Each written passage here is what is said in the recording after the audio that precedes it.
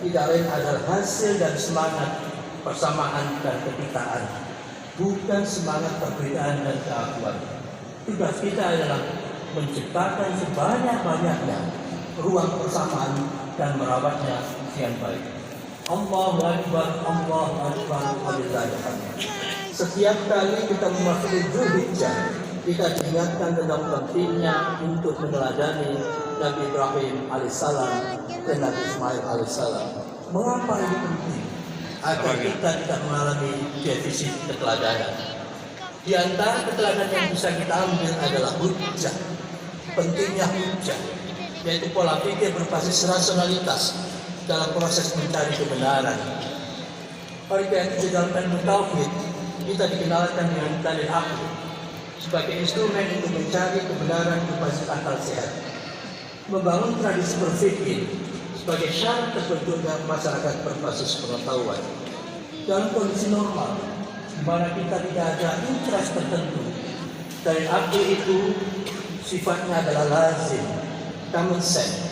Namun sebaliknya, pada saat kita melakukan dalil akal itu ada interest tertentu yang kita kemukakan, seringkali bertabrakan dengan kelaziman. Selain dalil akal, kita juga dikenalkan dengan dalil nakli yang didasarkan atas wahyu Allah dan hadis Nabi Muhammad SAW. Mengingat adanya keterbatasan akal manusia, yang dalil nakli itulah akhirnya akal harus patuh dan tunduk secara total.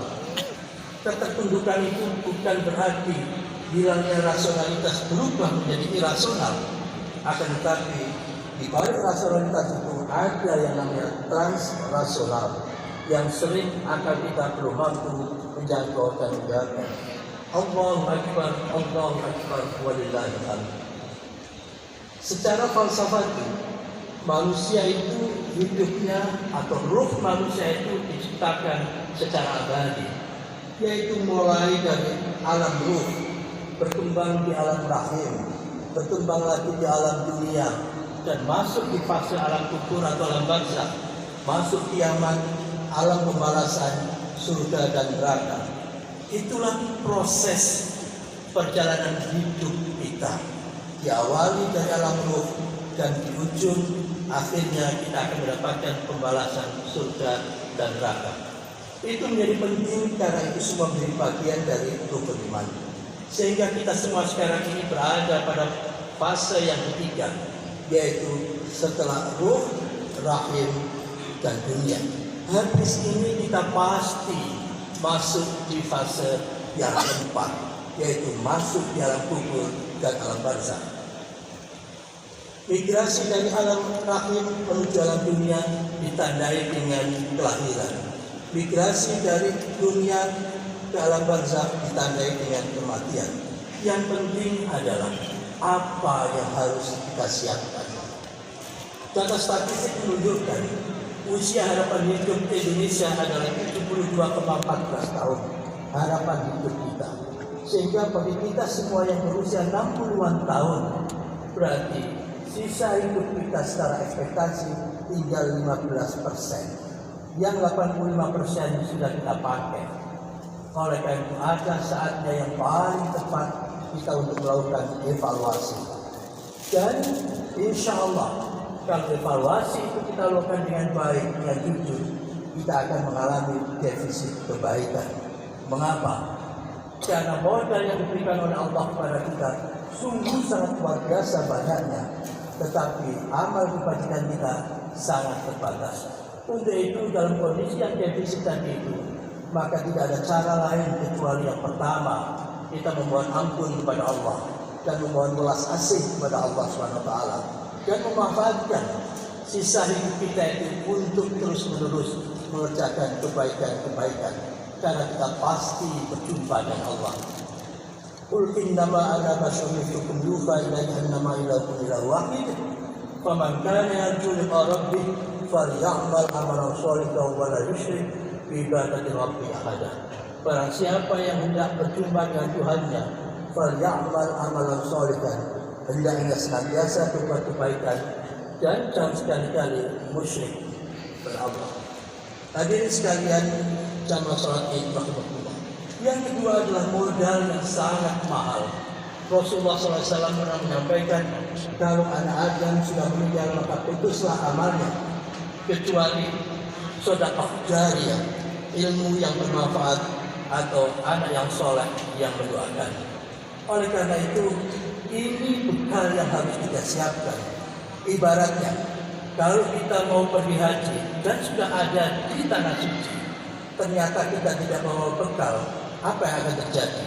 Yang akan terjadi, kita akan menjadi pengemis, akan menjadi gelandangan, akan menjadi pemikat kita. Naudzubillah, karena kita tidak bawa bekal, atau kita lupa tidak menyiapkan bekal.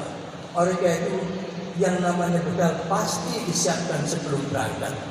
Dan di dunia ini adalah kesempatan untuk menyiapkan bekal itu. Mudah-mudahan dengan bekal itu kita semua bisa berbahagia baik dunia dan akhirat.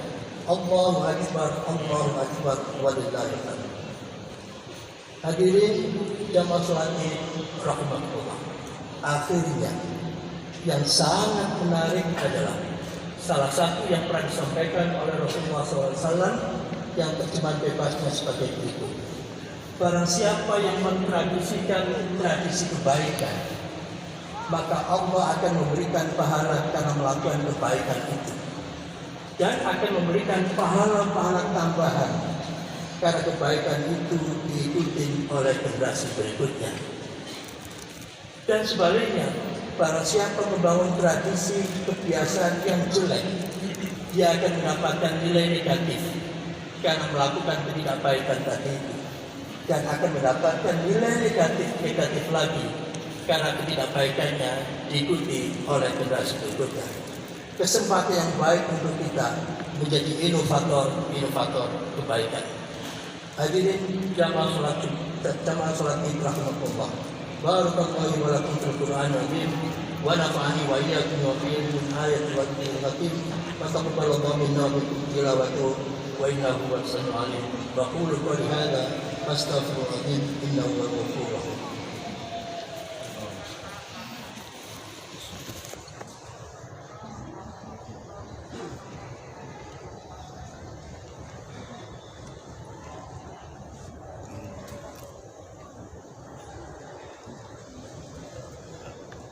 Allahu Akbar, Allahu Akbar, Allahu Akbar. Allahu Akbar, Allahu Akbar, Allahu Akbar. Allahu Akbar kabira walhamdulillah katsira wa subhanallahi bukratan wa asila. La ilaha illallah wahdah, sadaqa wa'dah, wa nasara 'abdah, wa azza jundahu wa zal ahzab wahdah. La ilaha illallah wallahu akbar, Allahu akbar wa lillahil hamd.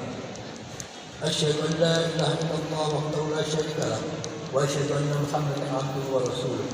اللهم صل وسلم على سيدنا وحبيبنا المصطفى محمد النبي الهدى الذي لا ينطق عن الهوى إن هو إلا وحي يوحى وعلى آله وأصحابه الصدق والوفاء.